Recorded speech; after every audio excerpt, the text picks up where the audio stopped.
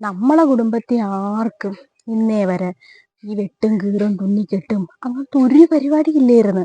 നമ്മളെല്ലാരും ഒരു 10, 16, ഒരു 20 മണിക്കൂറൊക്കെ വേദന സഹിച്ച് എന്നെ പ്രസവിച്ചത്. അതുകൊണ്ട് നമുക്ക് ഇതിന്റെ കാര്യങ്ങളൊന്നും അറിഞ്ഞുകൂടാ. ഇപ്പോഴത്തെ പിള്ളേർക്ക് പിന്നെ അതൊന്നും പറഞ്ഞാൽ മനസ്സിലാവേ ഇല്ല. അവർക്കെല്ലാം ഈ എളുപ്പപ്പണി. ഈ സിസേറിയനൊക്കെ സുഖം ഉണ്ടല്ലോ. ശരിക്കും പറഞ്ഞാൽ ഈ സിസേറിയന് വേണം സുഖപ്രസവം എന്ന് പേരിടാൻ. 5 മിനിറ്റ് കൊണ്ട് കൊച്ചിനെയും കൈ കിട്ടി. ഇത് സുഖമാണ് അവർക്ക്. നമ്മളെ പോലെ ഇങ്ങനെ വേദന സഹിക്കണോ? പക്ഷെ ഒരു പെണ്ണെന്ന് പറഞ്ഞാൽ എല്ലാം സഹിക്കണം. 20 അല്ല, 25 അല്ല, 30 മണിക്കൂർ വേദനയായാലും അവരത് സഹിക്കുമ്പോൾ കിട്ടുന്ന ഒരു ആനന്ദം. കഴിഞ്ഞ ദിവസം തന്നെ എൻ്റെ അക്കച്ചീരെ മരുമകളടുത്ത് ഞാൻ പോയപ്പോൾ ചോദിച്ചു, മോളെ നീ എന്തിനീ എളുപ്പപ്പണിക്ക് പോയത്? നിനക്ക് സുഖമായിട്ട് അങ്ങ് പ്രസവിച്ചുകൂടായിരുന്നു? അപ്പൊ അവള് പറഞ്ഞു, കൊച്ചു ബ്രീച്ചിൽ കിടന്നാൽ പിന്നെ ഞാൻ എന്ത് ചെയ്യുന്നു? കൊച്ചു തലയിരിഞ്ഞ് കിടന്നാലേ എന്തിരിക്കുന്നു? എന്ത് ചെയ്യാ? കൊച്ചെങ്ങനെ അങ്ങനെ കിടക്കാതിരിക്കും?